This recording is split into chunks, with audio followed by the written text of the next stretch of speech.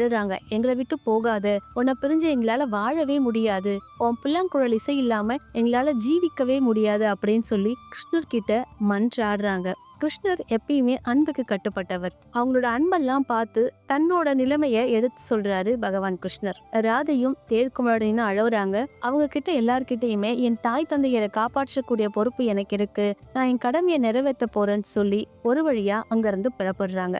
ராதைக்கு தெரியுது பிருந்தாவனத்தை விட்டு கிருஷ்ணர் போயிட்டா மீண்டும் இங்க வரமாட்டாருன்னு. அதனால ராதை ஒரு முடிவோடு கிருஷ்ணர் கிட்ட போறாங்க.